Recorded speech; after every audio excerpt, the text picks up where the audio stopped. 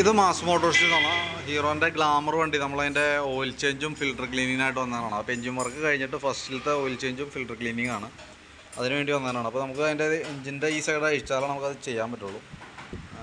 ഇതാണ് കേട്ടോ ചെറിയൊരു അടവ്, കാര്യമായിട്ടൊന്നും പറയാനില്ല.